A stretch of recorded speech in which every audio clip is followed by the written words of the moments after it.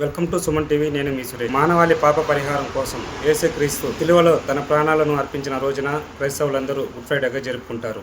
చిత్తూరు జిల్లాలోని ప్రధాన చర్చిలన్నీ భక్తులతో కిటకిటలాడుతుంది. ఉదయం నుంచే ప్రత్యేక ప్రార్థనలు, ఆరాధనలతో ఆధ్యాత్మిక వాతావరణం నెలకొంది. గుడ్ ఫ్రైడే అనేది ఒక పండుగ రోజు కాదు, ప్రత్యేక సంతాప దినంగా క్రైస్తవులు జరుపుకుంటారు.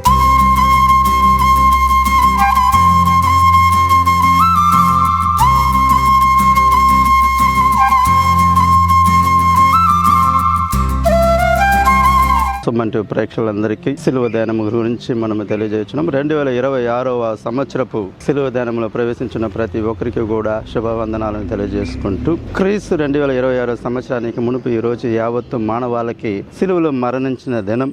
అందు నిమిత్తం ప్రతి ఒక్కరిని రక్షించబడిన దినముగా ఇది మనము శుభ శుక్రవారం అని తెలియజేయడం మనం చూస్తున్నాం. విజయవంతమైన మాట.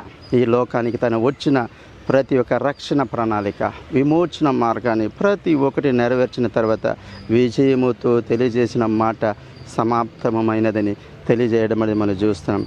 చివరిగా 7వ మాట, తండ్రి నీ చేతికి నా ఆత్మను నేను అప్పగించుచున్నానని చెప్పడం అనేది చూస్తున్నాం.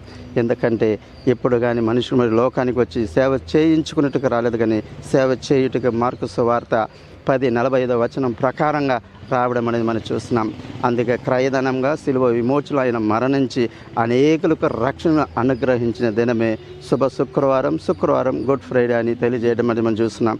దీనిని చూసిన ప్రతి ఒక్కరూ కూడా ఈ అనుభవంలో వచ్చి క్రీస్తు రక్షణ మనకు అనుగ్రహించున్నాడు. ఆ రక్షణ మార్గంలో కొనసాగించడం, ఆ సిలువలు మనం చూసినట్లయితే విమోచన, రక్షణ, సంతోషం, సమాధానాన్ని అనుగ్రహిస్తాడు. కాబట్టి వాటిని చూద్దాం, ఆ యొక్క రక్షణ సంతోషాన్ని పొందుకుందాం. ప్రతి ఒక్కరు దేవుడు మనల్ని ఆశీర్వదించి దీవించును గాక. ఆమేన్. God bless you.